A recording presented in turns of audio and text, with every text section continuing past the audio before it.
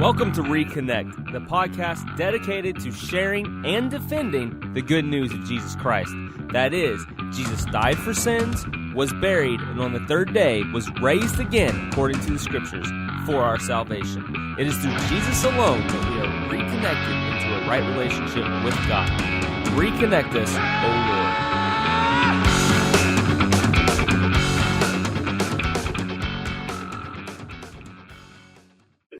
Hey, Reconnect listeners, this is Andy Rasman, the host of Reconnect. Welcome to the Halloween Special for 2016. There may be a second Halloween Special this month if I get lucky and land an interview with another author. But this time the author I have to discuss his book, Black Sabbath, The Illustrated Lyrics, Volume 1, Supernatural Horror Music, is Joe Bongiorno. Joe, how are you doing? I'm doing well. How are you? Yeah, I'm glad to have you here because my two favorite things to talk about are God and rock and roll music, and your book allows me to marry those two. I love it. So let me just introduce you a little bit, and if I miss anything that you think you'd like to add for listeners, feel free. So listeners, Joe Bongiorno, he is the owner and operator of the Royal Publisher of Oz. He produces illustrated fantasy titles and illustrated rock lyric books. The website is oztimeline.net. The Royal Publisher of Oz expands on the stories begun by L. Frank Baum and his successors. So if you're an Oz fan and you haven't heard of them yet, go check out their website and see what books they have. They make sure to keep everything consistent with the timeline of Oz. And what I'm really into is that the Royal Publisher of Oz has expanded beyond fiction to include quality illustrated nonfiction books, starting with the first volume of the 8-part series, Black Sabbath, The Illustrated Lyrics. And since Volume 1 is supernatural horror and music, I think it should fit for the theme of this podcast, which is sharing the good news of Jesus Christ, which Joe happens to do, believe it or not, in this book. Some people may be surprised by that listening to this podcast, but this book's available. I would recommend going to blacksabbathlyrics.com. I ordered the book directly from Joe, and he signed it and everything to me. I even ordered one for my dad for Father's Day, and his first thing when he got it was, so there's only one out right now? And I was like, yeah, I think so, because I think my dad, Joe, liked it so much he was ready to go online and buy the next 7. Wow. So yeah, so just to start, well, I guess I said if I left anything out, which you told me StarWarsTimeline.net, people can find you as well. But anything else you just want to add on the publishing side and writing side and what you do with your work? That's pretty much it. I think you covered it. I'm just happy to be here talking to you. This is a good time. All right, great. So what prompted you to create Black Sabbath, the Illustrated Lyrics, and then turn it into an 8-volume series? I mean, it's taking a lot on, in my opinion, instead of just making a single book. That's a great question. The price, really, more than anything else. It just would have been so expensive for anyone to buy. I'm still looking into the idea of doing a collected hardcover, and several have expressed interest in that, but I haven't yet figured out how to make it in a way that wouldn't be cost prohibitive to everyone. So doing it by volume seemed to be a way to sort of keep the costs low for everyone. Yeah, that makes sense. I was before this podcast, I was searching online just to try to get a bio of you at all to share, and I found a blog post that looked like it was done in 2010 about this Black Sabbath Illustrated Lyrics, and it was titled something about having a 600-page manuscript with just the text. I assume that would be a huge book then to have it all together. Was this book completely written back then at that time? It was and is completely written. The future volumes basically need a final draft at this point and to be laid out and have the pictures added to them. Mm-hmm. So hence that was another reason too. I knew it was just going to be huge. Yeah. And so I figured let's cut it down and do it in bite-sized pieces. And, not everybody loves every album. You have to respect that. So if people just wanted to know more about, the albums that they love, they don't care so much about, some other albums, that's fine. They can do it that way. Yeah, and I'm sure it would have been hard to get all those artists together to create all the images for 600 pages of text too. The artists have been amazing. I have to say, I've at this point probably have at least 85 contributing artists, living artists, and I also utilize, sort of older artists that are in public domain. 'Cause, it was all about what's right for the song, what's right for the lyric. So being able to draw upon that was just a great resource. Yeah, definitely. Well, I really love this first book so much. Do you have any particular goal you wish to accomplish through what you're doing? Is it simply to entertain, or do you have something loftier in mind? I'd say that I really just wanted to bring to the forefront what Black Sabbath were actually talking about. I think they had a loftier goal in mind than mere entertainment. All great artists do. Black Sabbath were doing things musically and saying things lyrically that none of their contemporaries, in my opinion, ever got close to. Right. But until recently, they've rarely been recognized in the mainstream rock world as great artists, rather than just the progenitors of a certain genre of music. So that was partly what prompted me to do the book. It's just to bring that out. They've been so misunderstood and misinterpreted over the years, and not just by critics. Yeah. Then, of course, the lyrics themselves, which I find still relevant, thought-provoking, and powerful. And music journalists just rarely ever talk about that aspect unless it's to disparage the lyrics. Right. So I figured it's time to really look at them seriously and just see what's there and what we can get out of them as fans and as listeners. Yeah. I mean, you talked about them being misunderstood. I know a lot of people think Black Sabbath, they're satanic. Maybe some of the artwork can lead people to think that. Some of their, they have a little logo that I think it's their logo now. It's it looks like a I forget the name of the type of image that is, where it's it's not really a drawn out image. Do you know where I'm trying to find? I think you're referring to Henry, the fallen angel. Yeah, is that it? So it actually has a name? I didn't even know that. Yeah. Very, very cool. So yeah, it's like this fallen angel image, and that kind of has negative connotation with it too, and that's the logo that seems to represent the band now.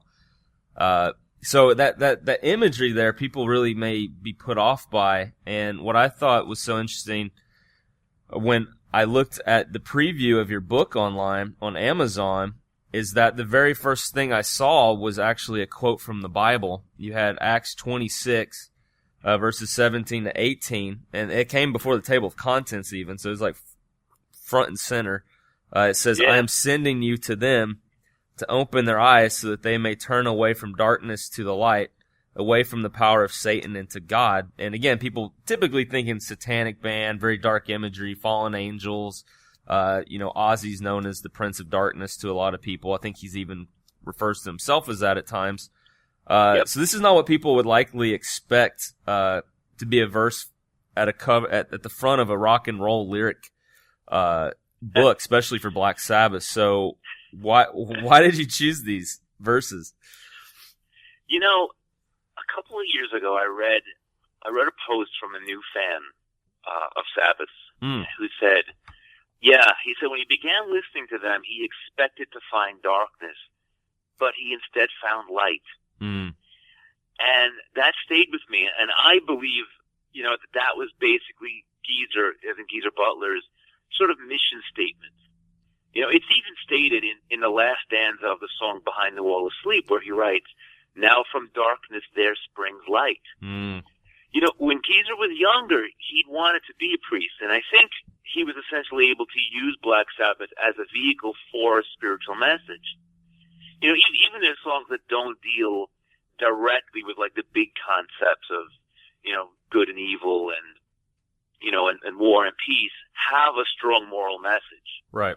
So I'm thinking, for example, like a song like St. Vitus's Dance is about reconciling a broken relationship.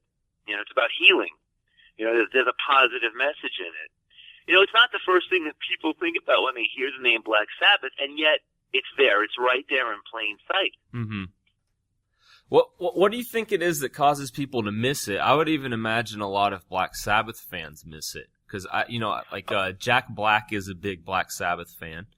I've seen him on TV shows, and, you know, he talks about, he doesn't say Black Sabbath is light. Like, I've heard him talk, it's all about the darkness and the evil behind the rock and roll and stuff. And that he won't even let his kids listen to it. It's true, absolutely. I've seen those interviews that you're referring to, and Jack Black is a fan of the band, you know, once Dio came on board. Okay. And kind of the band very much changed, completely changed when Dio was on board. He became the lyricist, whereas Geezer Butler had primarily been, although Geezer and Ozzy had contributed a lot to those lyrics in that decade. Mm-hmm. So, that image and the imagery that I think was brought to it with Dio was just very different. And I'm not saying that even that incarnation was promoting anything negative. It's just that they played on a certain marketing, a certain imagery. Now, yeah, that exists in 1970 with the record company sort of putting that out there on the first album especially. Mm-hmm. Particularly, which we didn't get here in the States, but in the UK, the original album had a gatefold sleeve, which when you opened it up, had an inverted cross in it. Yeah. But the band were very unhappy about that. And, you know, as a result, subsequently, each printing after that one didn't include it.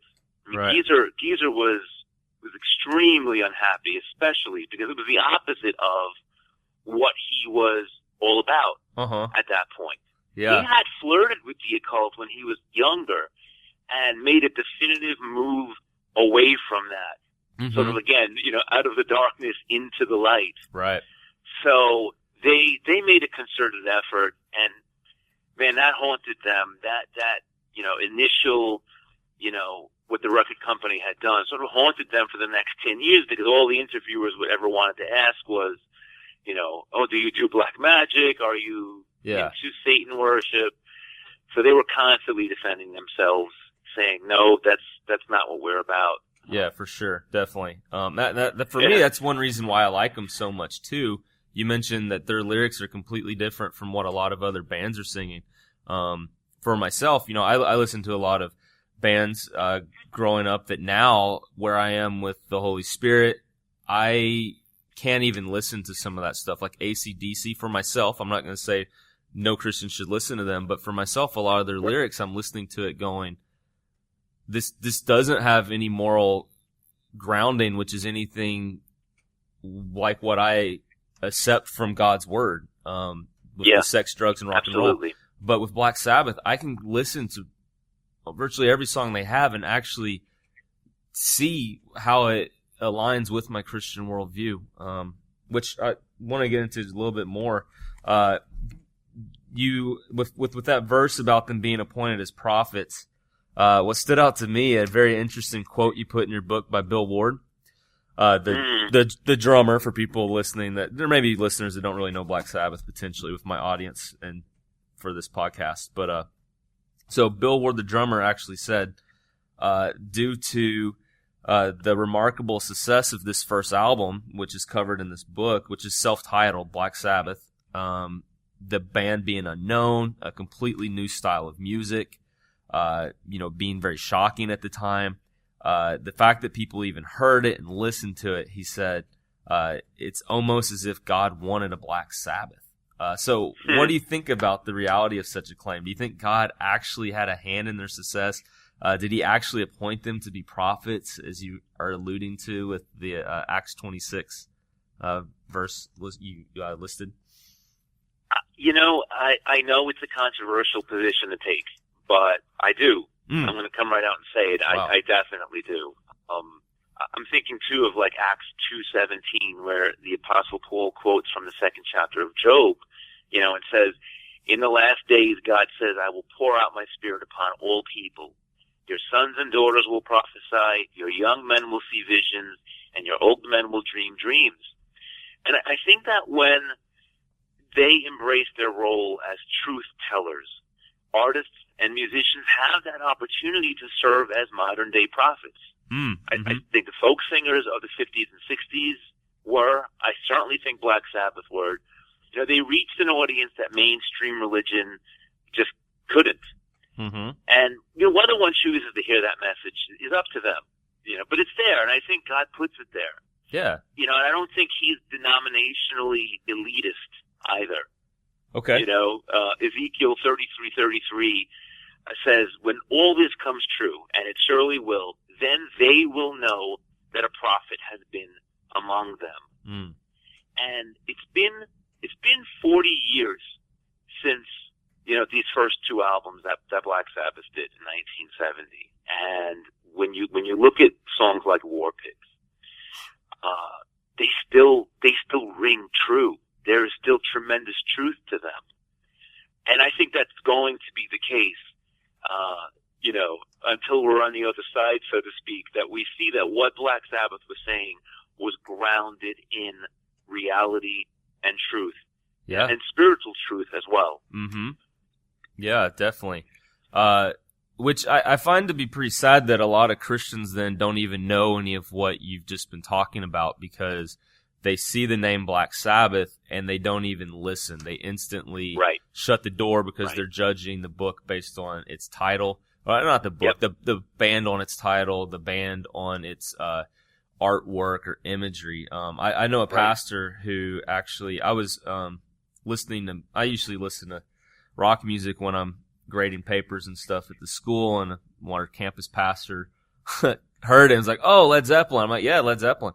And he's like, "Yeah, I like this band, that band." I go, "Oh, cool." I go, "Yeah, Black Sabbath's my favorite." And he said, "Ooh, I've never listened to them." And it really was the name that turned them off. So why, maybe for listeners, if someone lands on this because they're just into it because of Black Sabbath and they're not Christian, could you explain why Christians might be turned off by the name Black Sabbath?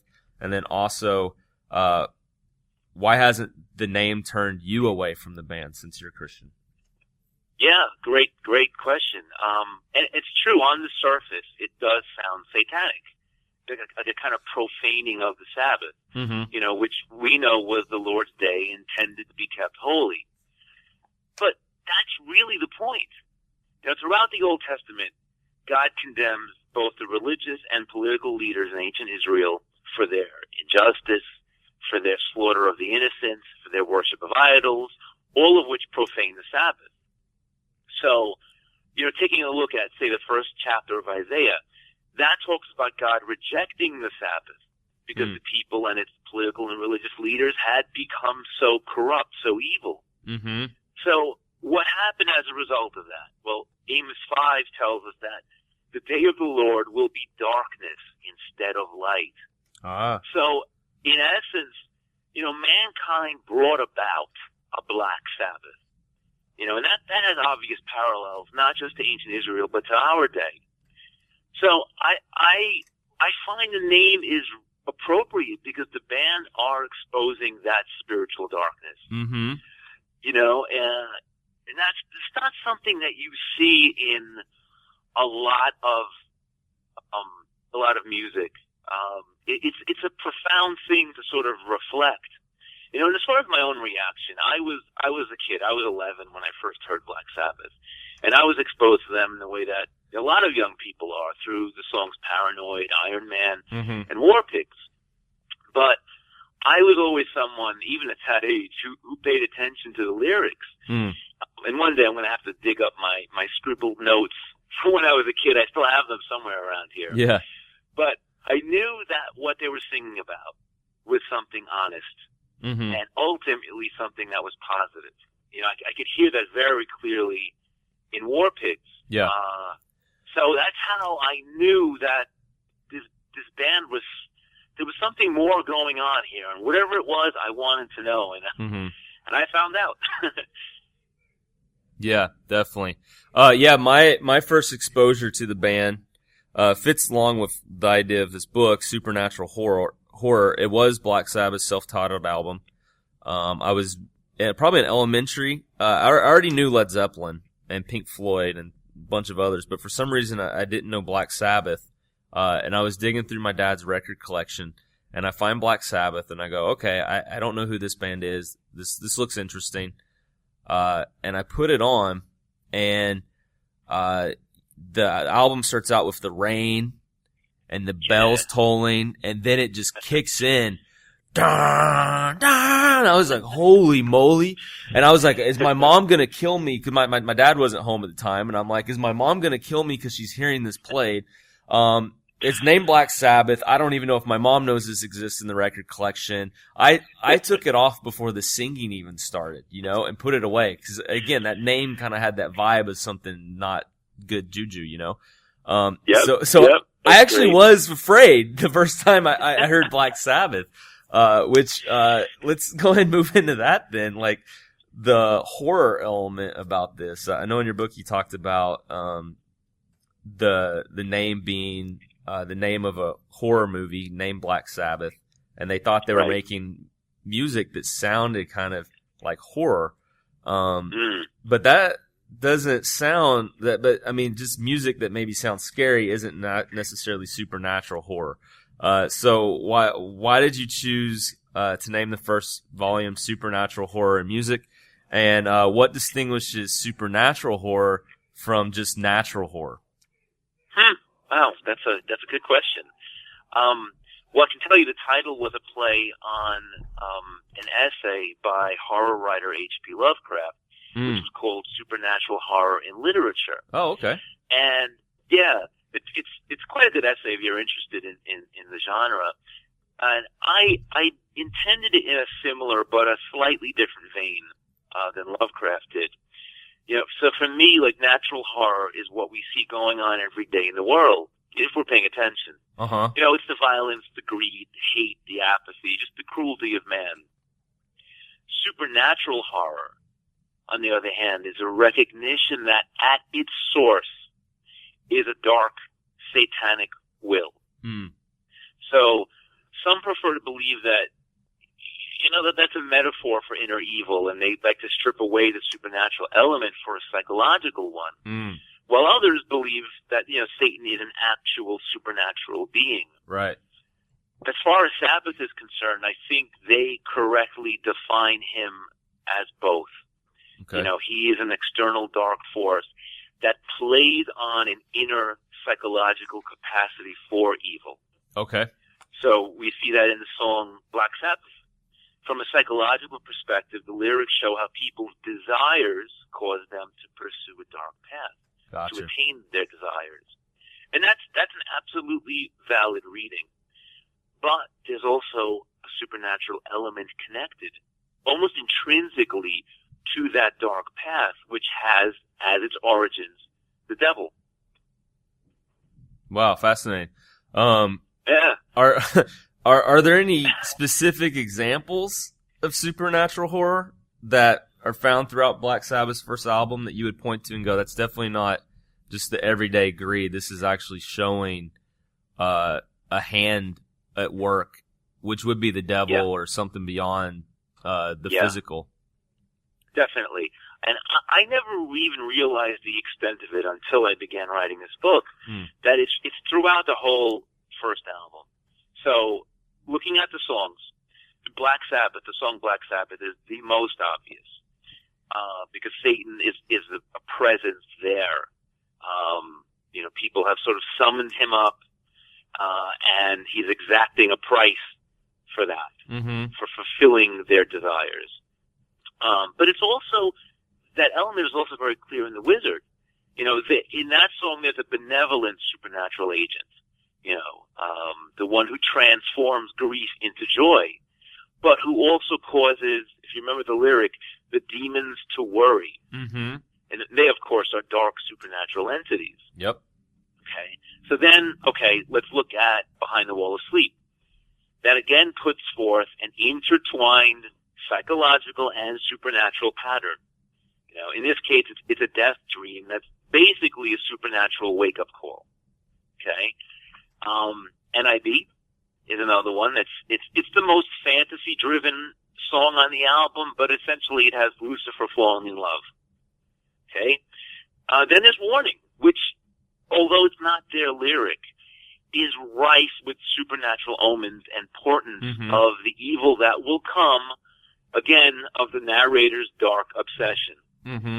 So really the only songs on the album that don't feature supernatural horror are Evil Woman, which the band really didn't want to cover. For listeners who don't know, that was a cover song that the record company wanted them to do because they thought it might be a hit. Yeah. It wasn't. It's a good song, but it's something that they did to appease the record company. And it wasn't even released on the U.S. version. That's correct. Whereas in the UK, they got that song, and in the US, we got a song called Wicked World, which is their first composition, not counting the unreleased song for Jim. Wicked World is their first composition, and there's an implication there of supernatural horror. It's not explicit, but once you understand how Black Sabbath view warmongers in songs like War Pigs and Cornucopia, right, then you can go back and look at Wicked World and sort of see the supernatural horror that's sort of present there, that sort of satanic, force that's pushing mankind towards, war and self-destruction.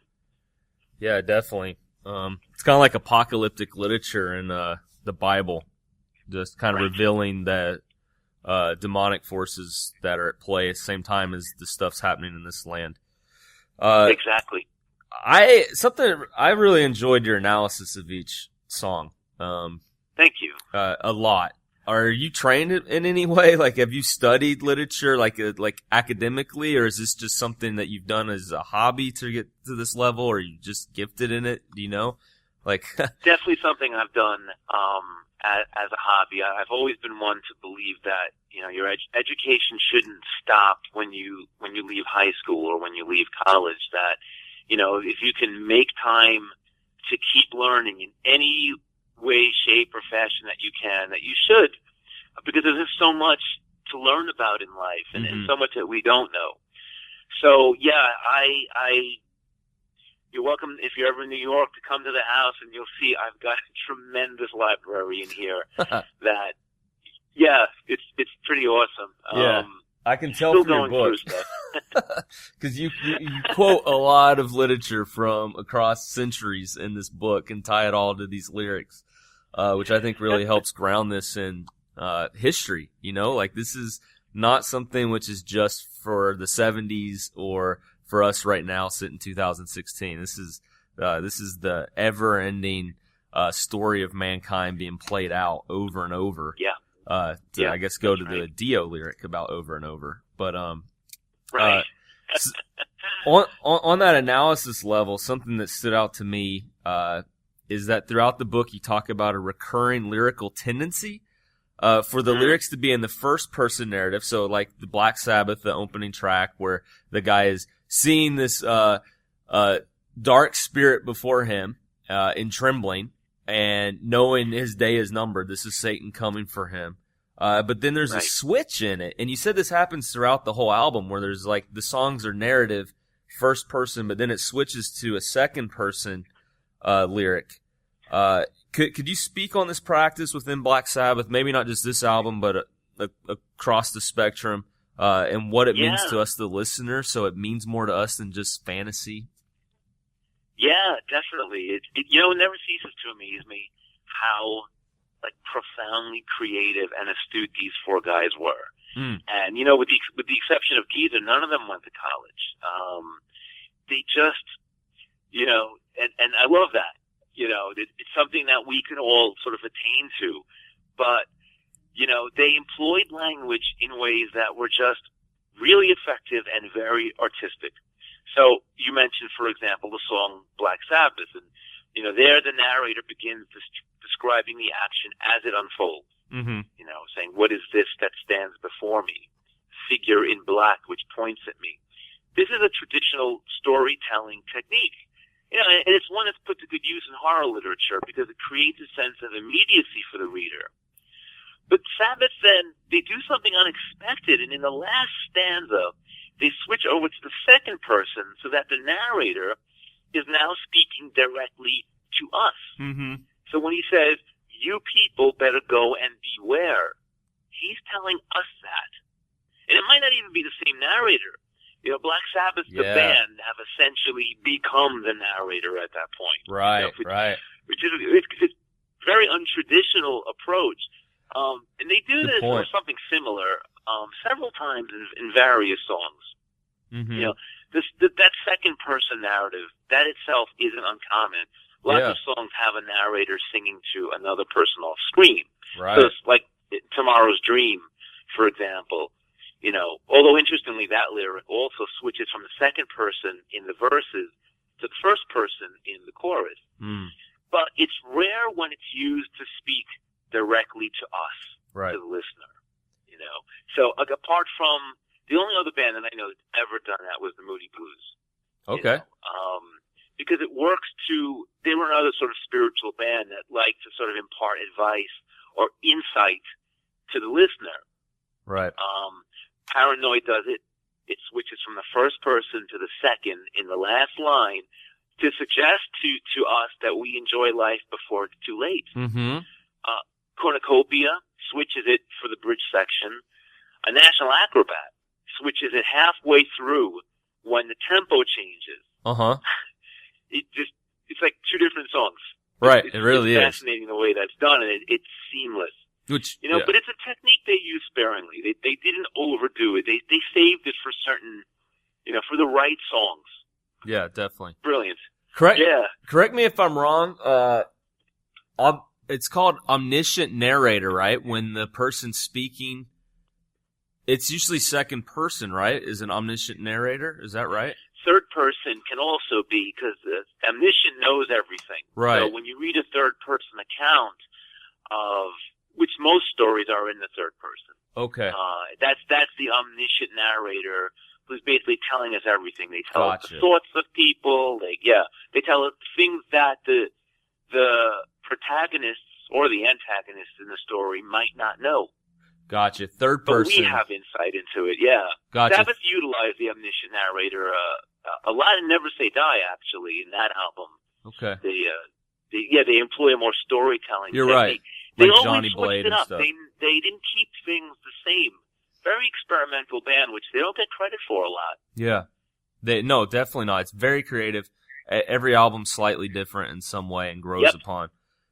Exactly. And so that's why some people, don't always like Sabbath either, because they like one album and the next one's completely different, and they're like, oh, okay, exactly. I don't like this one. Yeah. Not willing to accept that. That's what changed. Yeah. Well, I blew it on the omniscient narrator. I guess because you're right. It's third person's the omniscient narrator. I was thinking just with the shift to second person, I was thinking God, being omniscient. It'd be kind of interesting. Like, here's the story, and then the warning when it goes to the second person could be God speaking in some of these cases. I like that.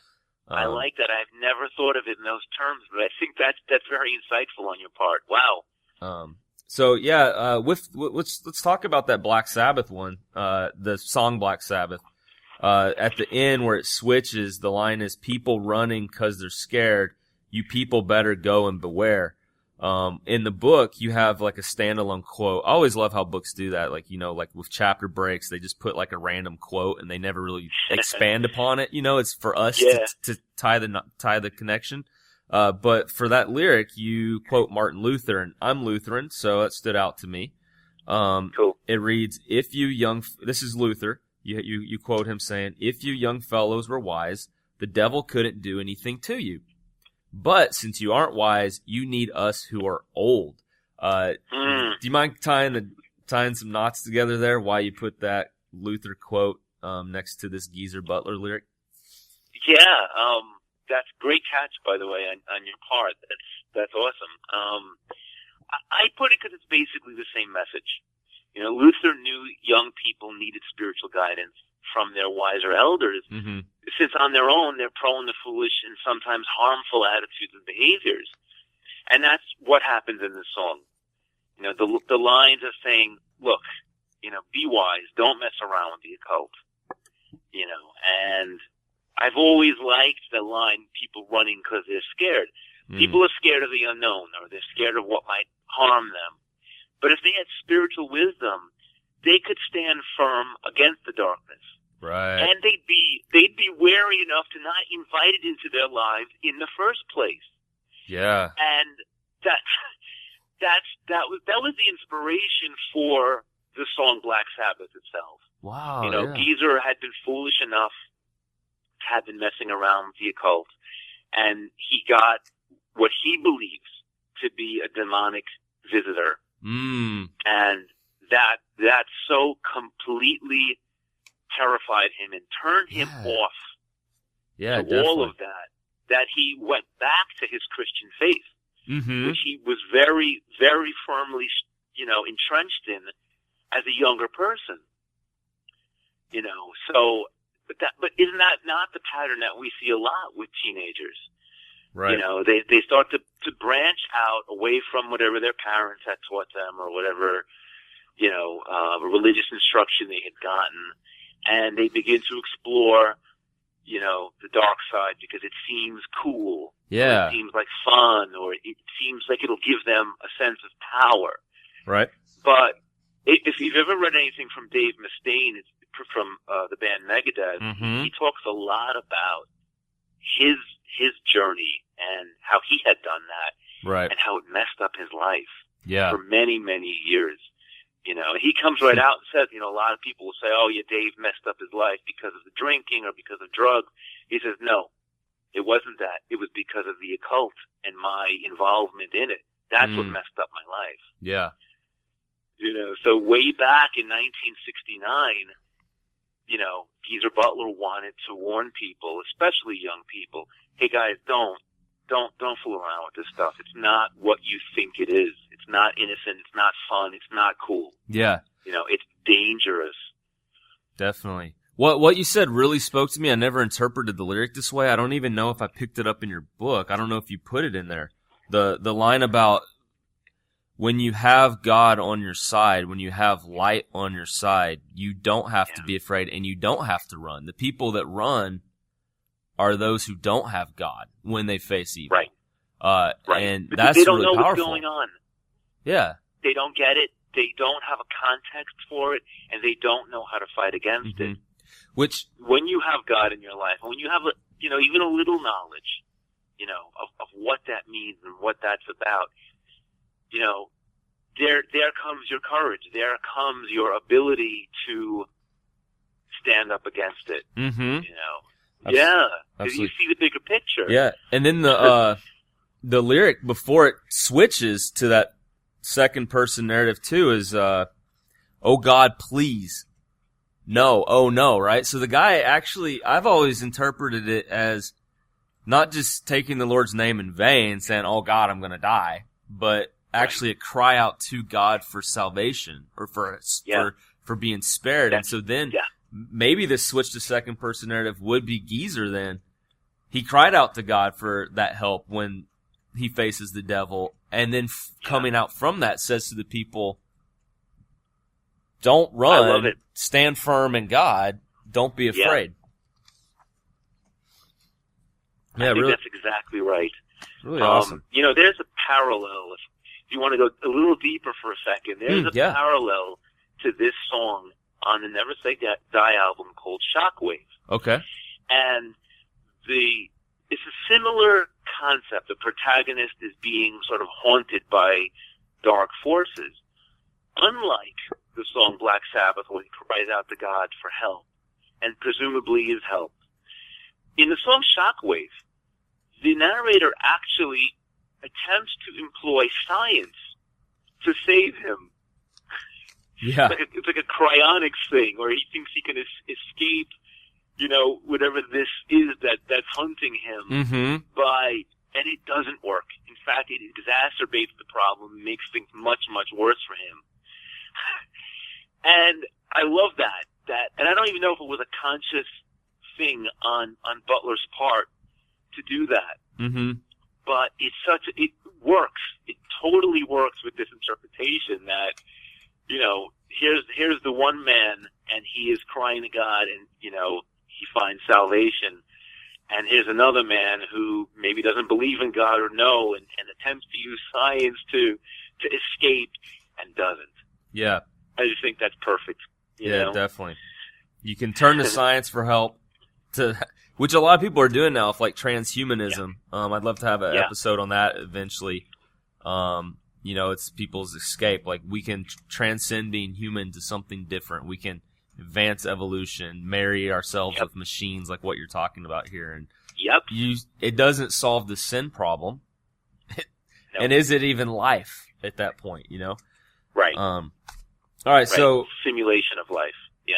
Yeah. So this podcast is dedicated to sharing and defending the good news of Jesus Christ, so that Christ died for our sins, that he was buried, and that he rose again on the third day. And we can trust that we'll be raised again on the third day. Or not the third day, but when he returns, that we too will be raised to new life in him. So I noticed a few times in the book where you very specifically share that gospel message. And other times where you just allude to it through Christ's saving work. So could you share a couple of these examples with us, please? Yeah, absolutely. All right, well, there's the wizard, for example. Mm-hmm. That line where as he sings, demons worry when the wizard is near. I included the quote from Luke 8:30-31, where Jesus encountered Legion, and they begged him not to send them into the abyss. Mm-hmm. That kind of thing provides context for the song and for the lyric, particularly since there are theories that the wizard is a kind of Christ analog, right? Which is not far off base. Tolkien's wizard Gandalf, which this song is partly based on, is an incarnated angel. So that makes sense, from that standpoint. But then there are lengthier descriptions, like in Behind the Wall of Sleep, where Geezer is strongly hinting at the concept of dying for sin, which the Apostle Paul discusses, I think, in Romans 6, as well as the idea of grace, which is fundamentally a Christian tenet. So for people who are unfamiliar with these concepts, and there are a lot of Black Sabbath fans that are either secular or of different religions, I just felt it was important to discuss this context a bit, right? Because there's a lot of that in Sabbath lyrics. If people want to go deep, it's like all great art. You can enjoy the surface aspects and choose to remain oblivious to what's going on underneath, right? Or in cases of songs like After Forever from their third album, Master Reality, you can pretend it's not there because you don't like it. Yep. A lot of the more hardcore atheists I've spoken to, either try to say that Sabbath was mocking faith in that song, which is completely untrue, and Geezer has come out and said, no, that song was a declaration of my faith. Right. Clearly. Or if they know that, they know a little bit about the band, they admit that they just ignore the lyric entirely. Yeah, definitely. And look, that's their prerogative. Yeah. It is. That's fine. Yeah. But if we're going to talk seriously and honestly about Black Sabbath, and not just, whatever their stupid exploits, as young men touring, which is what most journalists seem to focus on, then we have to talk about Christianity as they understood it. Mm-hmm. And I think Geezer had a very profound understanding of biblical Christianity, which I hope people who aren't Christian will come to see, is a very different thing than what the media often portray when they focus on sort of the extreme fundamentalist offshoot. Right. Sort of very, angry, hateful, intolerant. Because that's not what Christianity is about. Yeah, definitely. Unfortunately, what a lot of people seem to think it is. Right, definitely. Yeah, I really loved your explanation on the Wall of Sleep. I actually never understood the lyrics.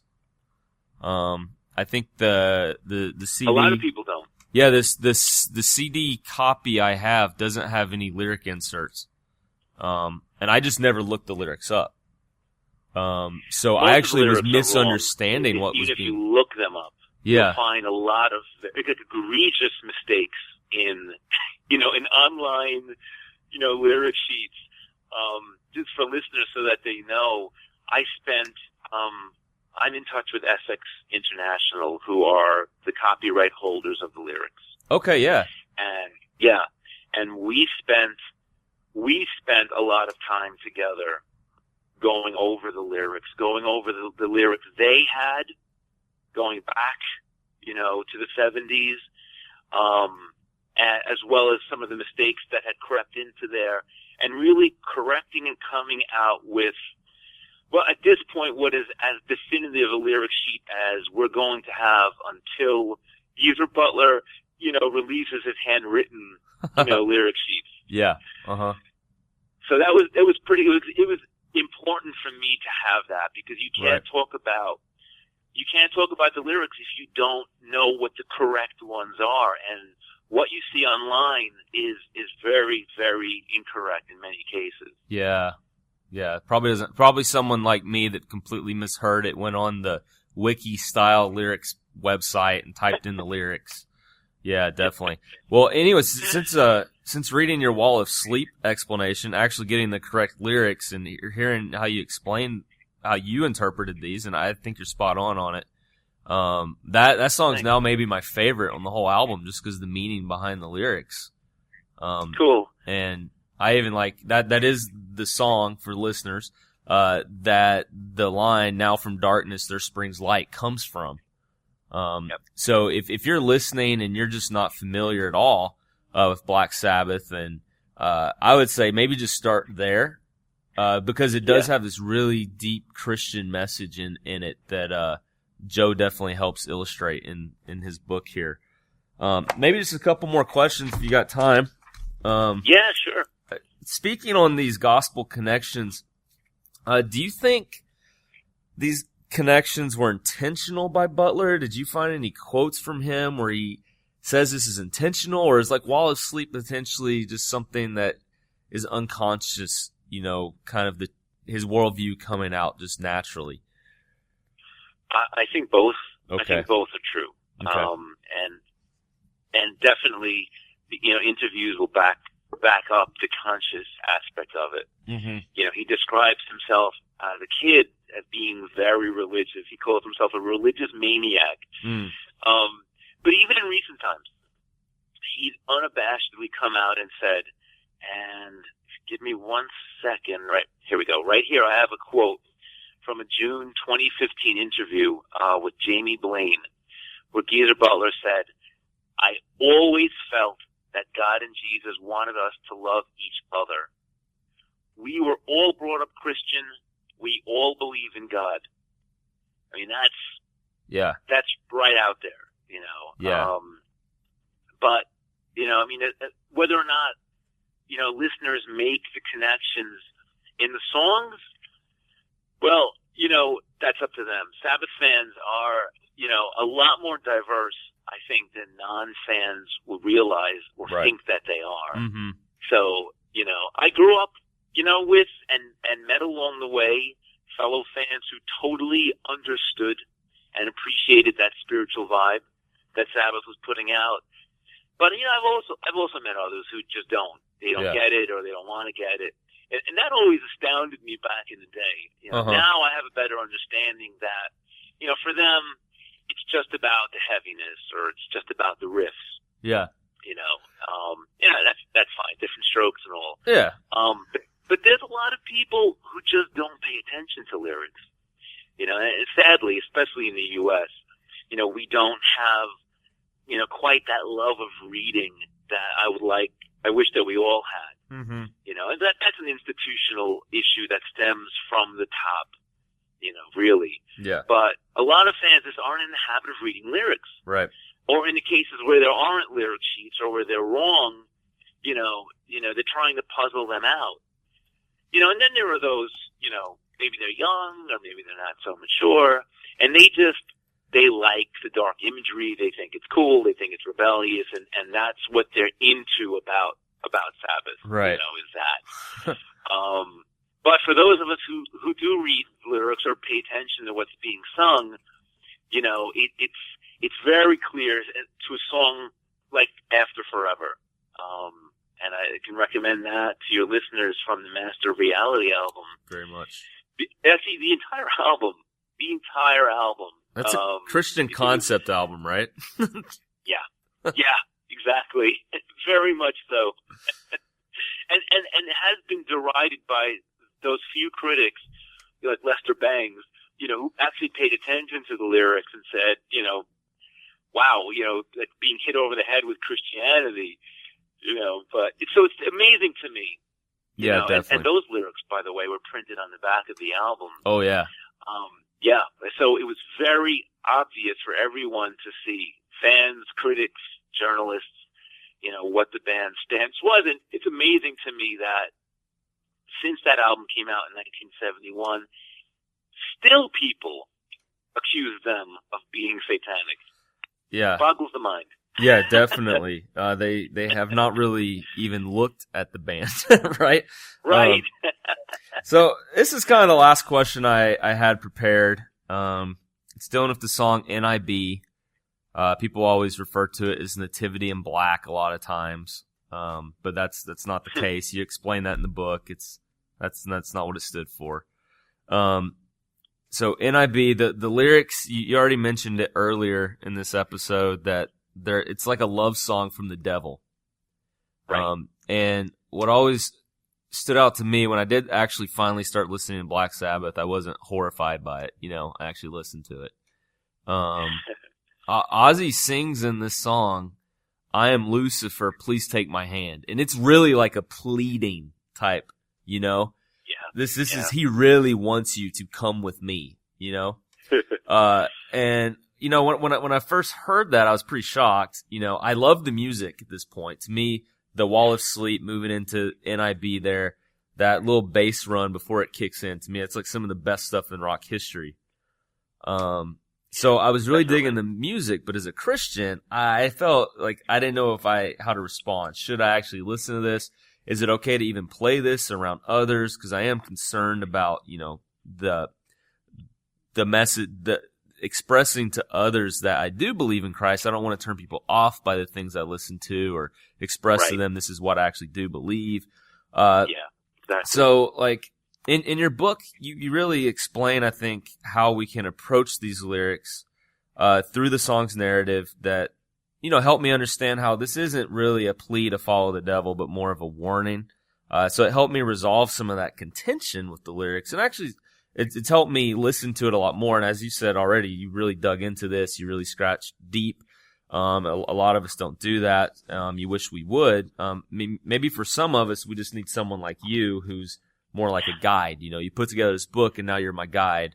So you've really helped me listen to the song in a whole new light. So I was curious if you could just share for the listeners some of your analysis on that, just in case, people hear this and they go, I don't want that. It really does sound like you're voicing yourself as the devil and saying stuff like "follow me."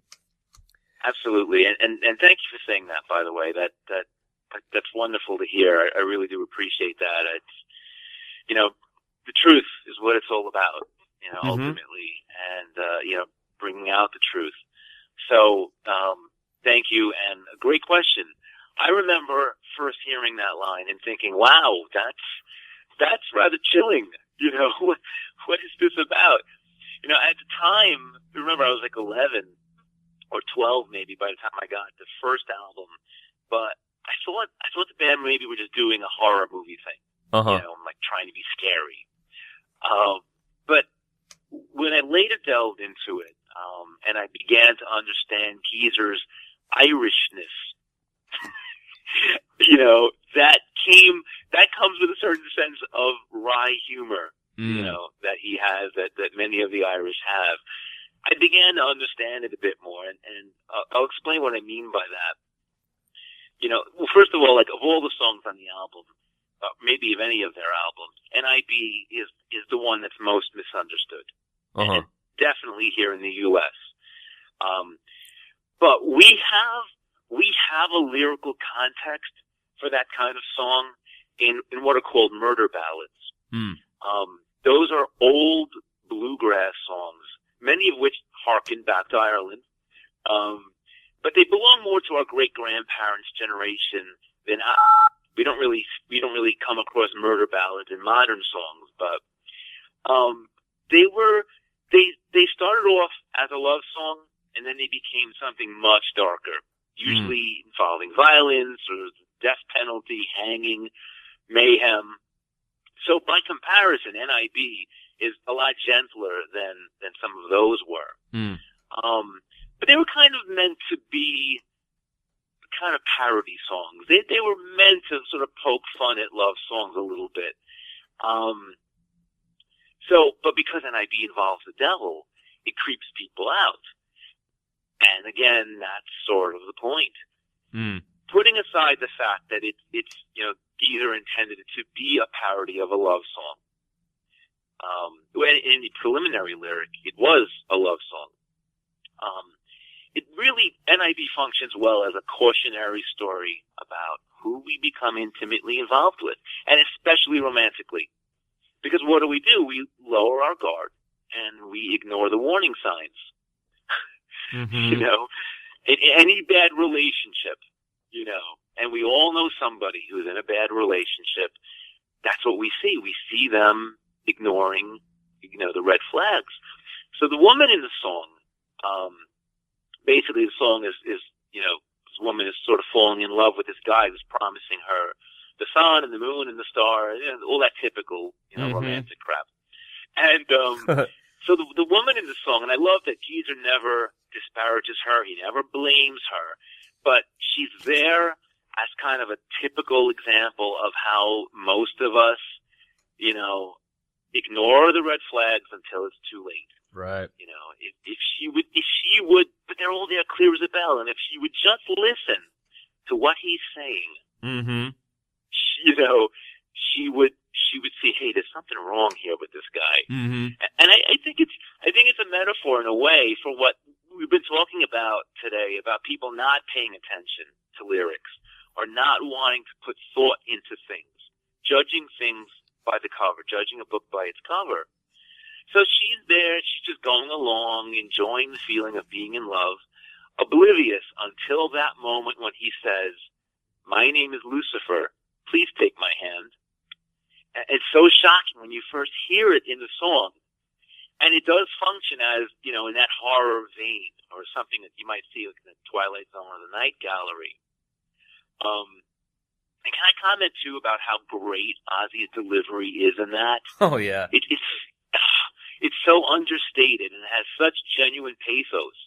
Whether you choose to believe that Lucifer is legitimately falling in love with her, or if you choose to believe that he's tricking her, regardless, his delivery is perfect and effective because it does sound so authentic. Mm-hmm. He's pleading with her, please take my hand. I am in love with you. Like, he's gonna die if she doesn't. Exactly. Or if we don't, right? If it's more directed to humanity. Yeah. Jesus said in an interview that in NIB, Satan becomes a good person because of falling in love. Now, that's not in the lyric. Mm-mm. But it does add this other dimension that I think ties into a literary legacy. Mm-hmm. I was happily surprised to discover, precedes the song, several books. I mentioned several about that play on that theme of Lucifer falling in love. But my favorite is Harriet Downing's 1840 poem, Satan in Love. Mm-hmm. It's beautifully written, has a tremendous heart and courage of spirit. But like NIB, it was really attacked in its day for being blasphemous, for being sacrilegious. Right. So people know, why. It basically takes the idea of universal reconciliation to its ultimate conclusion, mm-hmm. which is, the possibility that Lucifer himself could be redeemed. Yep. It's shocking now. It was shocking then in 1840. But it's one of those great things about Black Sabbath songs that they put out, these ideas. If the devil repented, could he be forgiven and redeemed? Yeah. I don't know. I don't have any answer to that, and I'm not even sure that the song even goes there. Right. It's left to your imagination and interpretation. Yeah. Which is always a lot more fun than having Right. everything kind of spelled out for you. Yeah, and it's an if proposition too, like you just said. It's an if proposition, which we can theologically take ourselves and say, well, what if, and it's an Right. if, and just drive to Scripture and say, well, what would Scripture say in this case?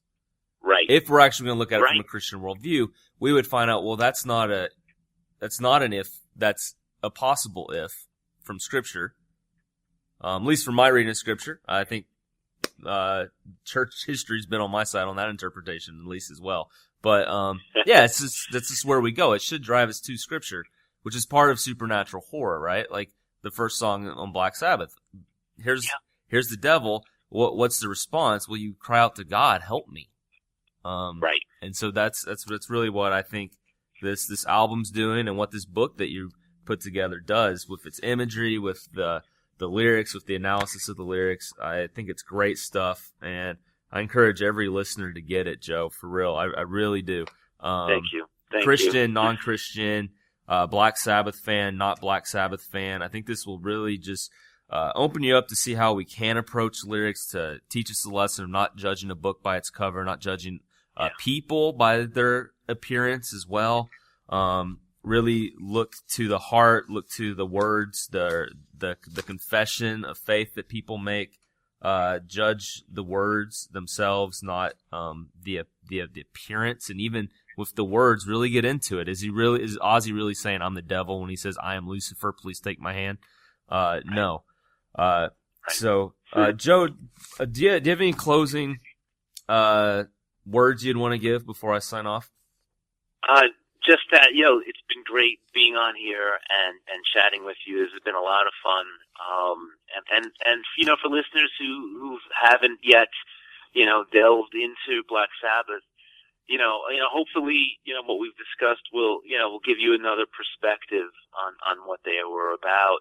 You don't get this kind of discussion, with bands, who sing about girls and cars and booze,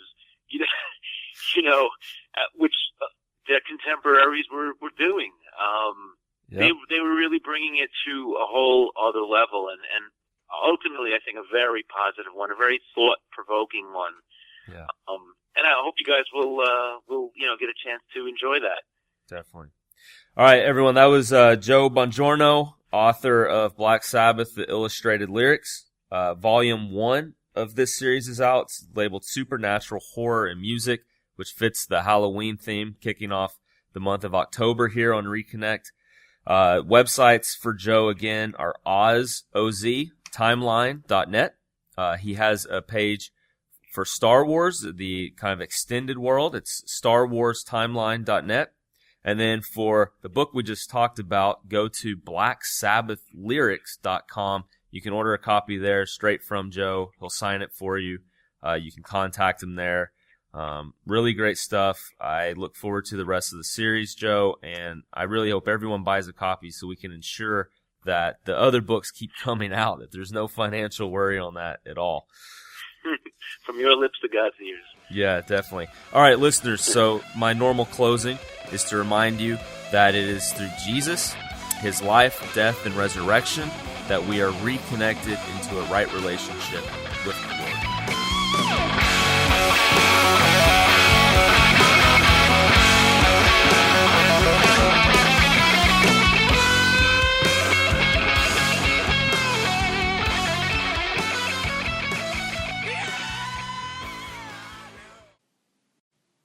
The following is an excerpt from the Gospel Coalition's review of Andy Rasman's book, Contradict, They Can't All Be True.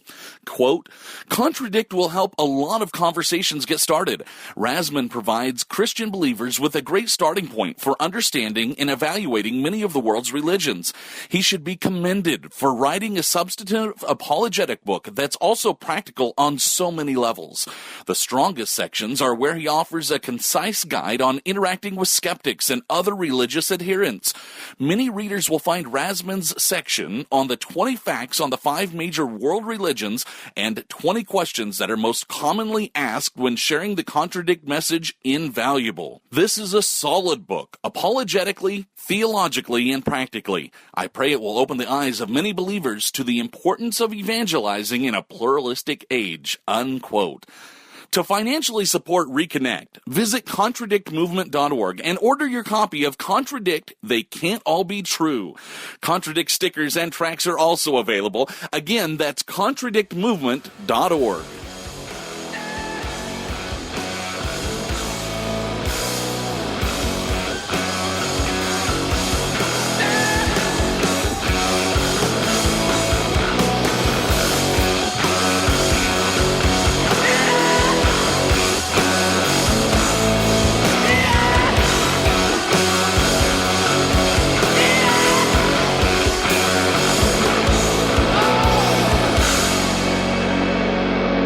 Your mission, if you choose to accept it, share this episode on all of your social media sites and with your email contacts, people who will benefit from listening to the show. Thank you for listening. Reconnect us, O Lord.